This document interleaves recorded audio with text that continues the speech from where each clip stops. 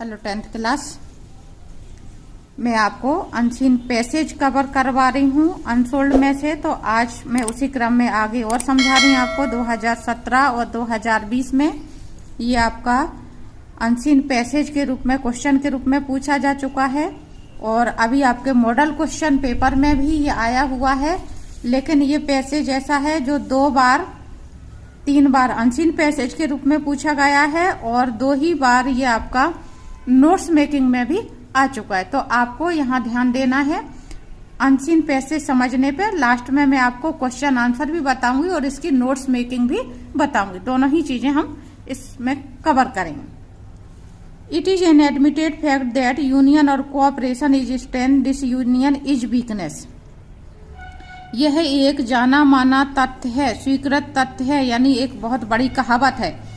Union यानी संगठन, cooperation यानी सहयोग, इज स्ट्रेंथ संगठन या सहयोग शक्ति है। यानी कोई भी यदि संगठित होकर रहता है या आपस में सहयोग करके चलता है तो वह ताकतवर है, इज स्ट्रेंथ।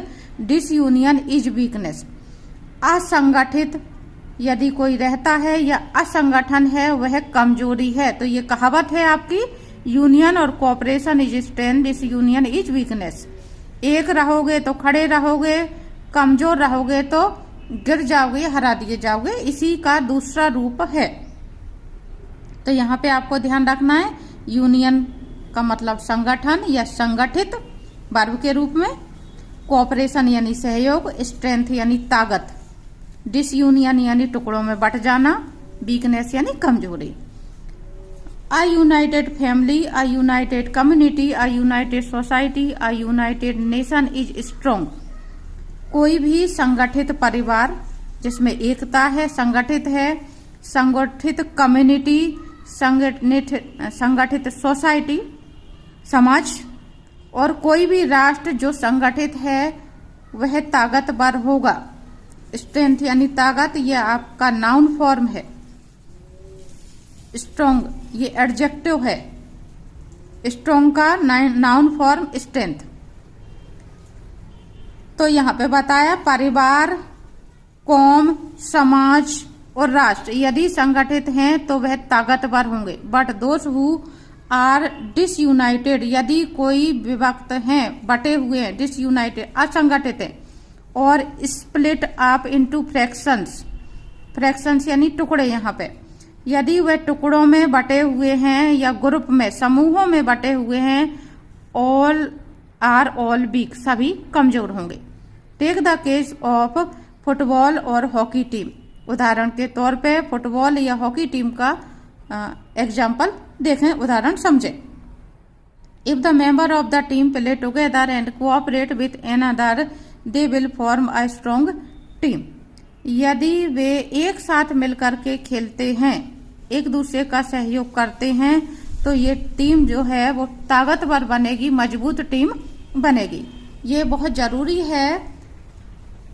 हॉकी टीम और फुटबॉल टीम दोनों में ही जब तक साथी खिलाड़ी सहयोग करके नहीं चलेंगे तब तक टीम स्ट्रांग नहीं हो सकती। क्रिकेट में व्यक्ति अपना स्वयं का खेल खेलता है, टीम पीछे हो जाती है। लेकिन हॉकी और फुटबॉल में एक व्यक्ति का ताकतवर होना, सहयोग करना एक दूसरे को बहुत जरूरी रहता है। If each member place his own game they will surely be defeated. यदि वे प्रत्येक अपना अपना खेल खेलने लगे तो निश्चित रूप से वे हरा दिए जाएंगे। श्योरली यानी निश्चित रूप से, डिफीटेड यानी हराना। टू विन यानी होता है जीतना, डिफीटेड यानी हराना। How ever strong the individual player में बी, व्यक्तिगत खिलाड़ी कोई कितना भी ताकतवर बना रहे, यदि वह एक दूसरे का सहयोग नहीं करेंगे तो उनकी टीम को विरोधी टीम क्या करेगी, हरा देगी। The same is true of an army, उसी तरह से ये बात सेना पर भी लागू होती है। To win a battle an army must work as one man. युद्ध जीतने के लिए, डिफीट का अपोजिट टू विन हो जाता है आपका, विन यानी जीतना, बैटल यानी युद्ध। तो युद्ध को जीतने के लिए सेना को एक व्यक्ति के समान काम करना पड़ता है, यानी एक आदेश का पालन करना पड़ता है। सभी लोग मिलकर के चलेंगे तो ही किसी युद्ध को जीत पाएंगे, दुश्मन को हरा पाएंगे। यदि अपना अपना किसी ने किया तो सब हार जाएंगे। Napoleon's motto was divide and कंकर। नेपोलियन का नारा था, मोटो मीन्स नारा, स्लोगन जिसको कहते हैं, स्लोगन यानी मोटो। डिवाइड एंड कंकर, डिवाइड यानी बट जाना और कंकर यानी जीत लेना। फूट डालो और विजय प्राप्त करो, यानी उन्हें टुकड़ों में तोड़ दो, विभाजित कर दो और विजय प्राप्त करो। यही नीति बाद में अंग्रेजों ने हमारे यहाँ भी अपनाई थी, डिवाइड एंड कंकर। हम भारतीयों को धर्म के नाम पर बांट दिया और शासन करते रहे। तो वही नेपोलियन का भी मोटो था। नेपोलियन कौन था?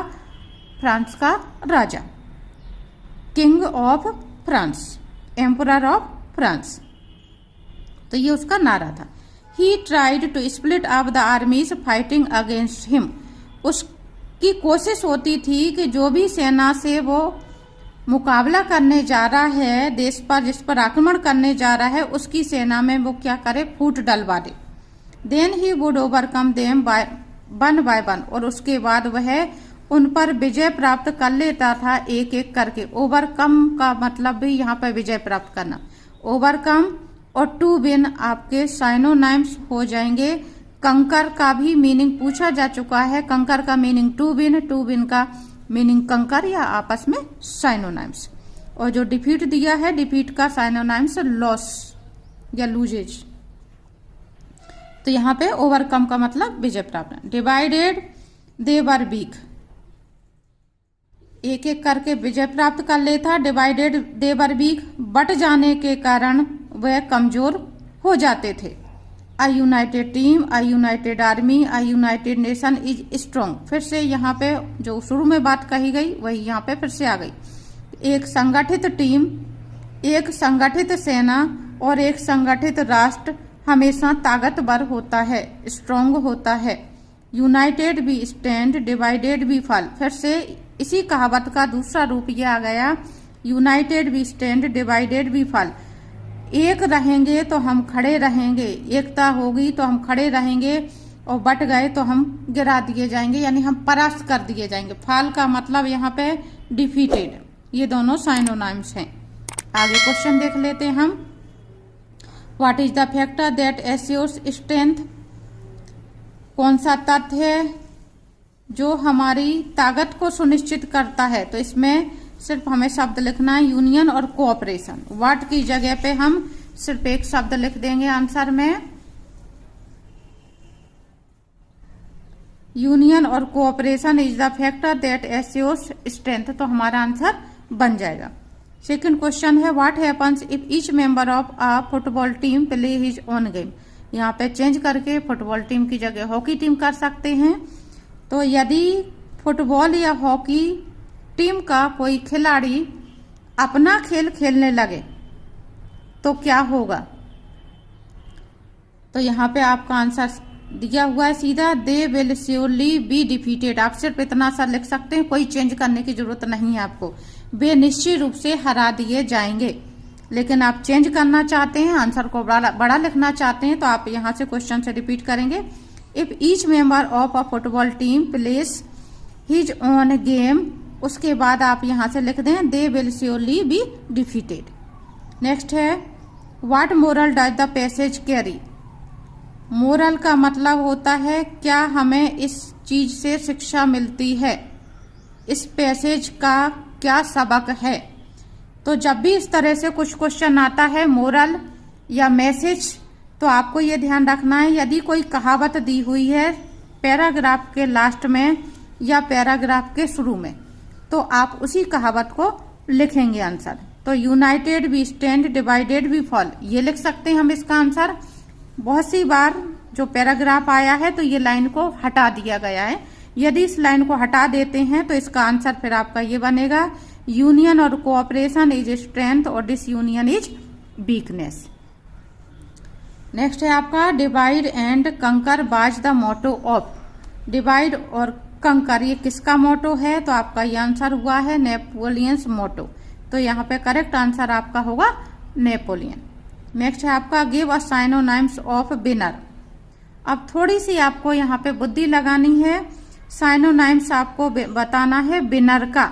यहाँ पे मैंने आपको बताया टू विन मीन्स जीतना, इसमें ER लगा दिया जाता है तो नाउन हो जाता है और वो हो जाता है किसी काम को करने वाला। जीतना और विनर का मतलब होता है जीतने वाला।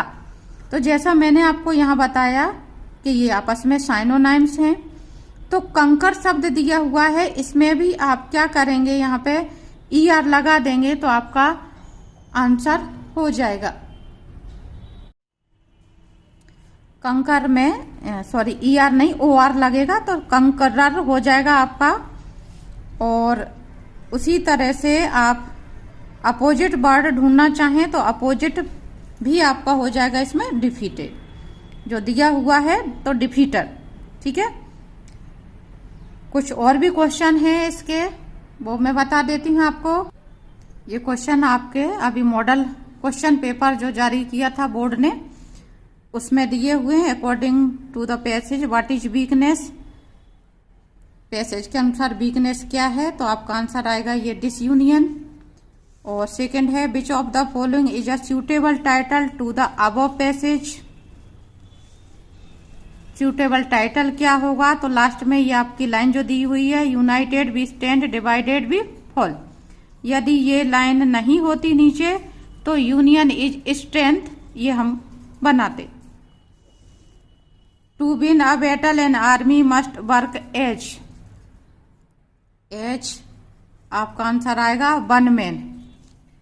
और divide and conquer by the motto ये आपका पहले ही आ चुका है नेपोलियन।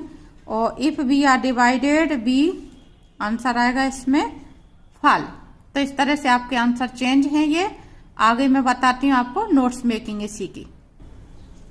आपका टाइटल हो जाएगा यूनियन इज स्ट्रेंथ, और आपका पहला पॉइंट हो जाएगा यूनियन, क्योंकि इसमें यूनियन की बात की जा रही है। इट इज स्ट्रेंथ, यहाँ पे आपके फैमिली सोसाइटी कम्युनिटी जो कुछ भी नाम दिए हुए हैं वो हम सब लिखेंगे।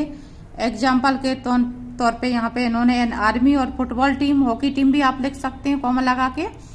और दूसरा पॉइंट है आपका इसमें डिसयूनियन, विभाजन या बंटवारा। तो स्प्लिटिंग ऑफ ग्रुप्स, टुकड़ों में बढ़ जाना, समूह में बढ़ जाना, ये क्या होता है कमजोरी। और नेपोलियंस मोटो डिवाइड एंड कंकर। आप इसमें और भी पॉइंट जोड़ना चाहें तो जोड़ सकते हैं। यहाँ पे और शब्द जो भी आपको लगे कि इम्पोर्टेंट हैं, जो एग्जाम्पल के तौर पे बताए हैं, उन सभी को लिख सकते हैं। समरी आपकी इस तरह से हो जाएगी। कुछ खास शब्दों को हम उठा करके समरी में लाइनों को लिखा करते हैं, जहाँ से हमने नोट्स मेकिंग ली है। तो उम्मीद करती हूँ ये पैराग्राफ आपको समझ में आ गया होगा।